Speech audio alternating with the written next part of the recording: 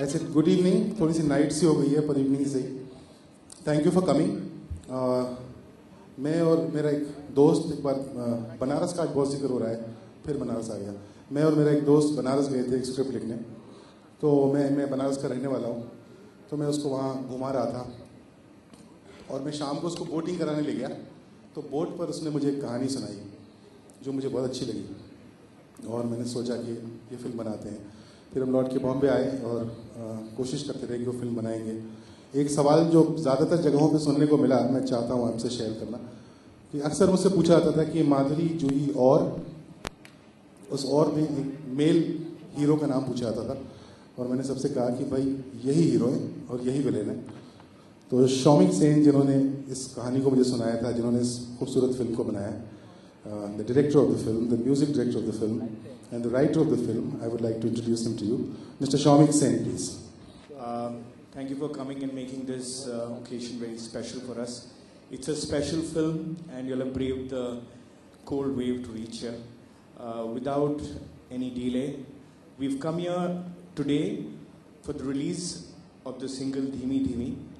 क्योंकि इसमें काफ़ी सारे ऐसे सीन्स हैं जहाँ it's one upmanship और एक दूसरे के साथ एक टशन है, लेकिन जब तक वो एक वार्म नहीं हो सेट पे, वो एक मुश्किल होता है आना। और it was wonderful. I just enjoyed working with her and I hope I get to work with her again.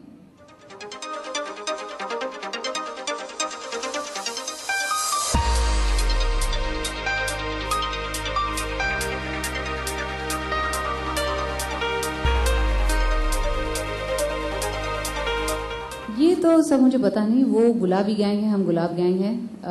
लेकिन मैं ये कहूँगी बहुत अच्छा काम कर रही हैं वो संपत पाल जी और लक्ष्मी करके एक दूसरी बहुत सी ऐसी औरतें हैं इस इंडिया में जो बहुत अच्छा काम कर रही हैं औरतों के लिए।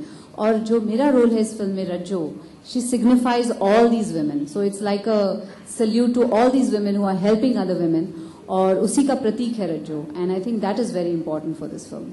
क्या कहूँ, जब ये पहली बार मेरे घर आए, पहले तो इन्होंने फ़ोन किया मुझे कि क्या क्या कमाल का रोल है वो, तुम करो, हम लोग भेज रहे हैं, डायरेक्टर साहब आ रहे हैं, तुमको सुनाएंगे।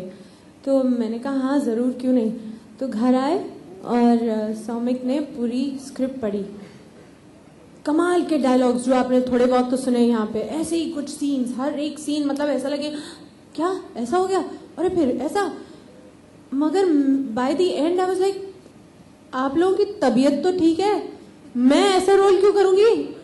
तो मैंने सोचा सच्ची कोई गलती हो गई है इन लोगों से, गलत एक्टर के घर पहुंच गए हैं, गलत स्टोरी सुना दी है मुझे। At first I was like no way, आप लोग इसको सब चेंज कर दो। मेरा तो ये, people will not believe me if I do it. मेरा ये डर था कि विल एनीबडी बिलीव कि I can do anything like this, ये तो हो ही नहीं सकता।